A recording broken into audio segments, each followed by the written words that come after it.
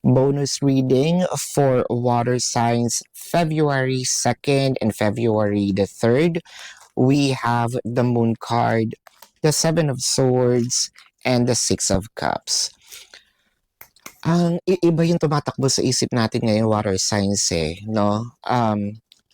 Meron man tayong hinala, meron man tayong sinasabi natin ditong ibinibigay, no, na information sa atin, or probably this is just something that we observed. Feeling mo may ginagawang kakaiba si person, no? Probably this is more of namimiss mo lang talaga si person. Probably dahil nga kulang ang time ng pag-uusap, hindi kayo masyadong, walang clarity, no? Kaya parang feeling mo your person is betraying you.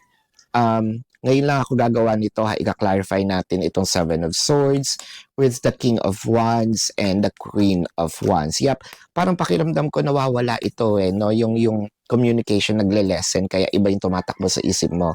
Pero ang nakikita natin dito, wala naman. So, nag-overthink lang tayong masyado, no, water signs. So, this is your quick bonus reading, water signs for February the 2nd to February the 3rd. Predicting future is my purpose. Yelling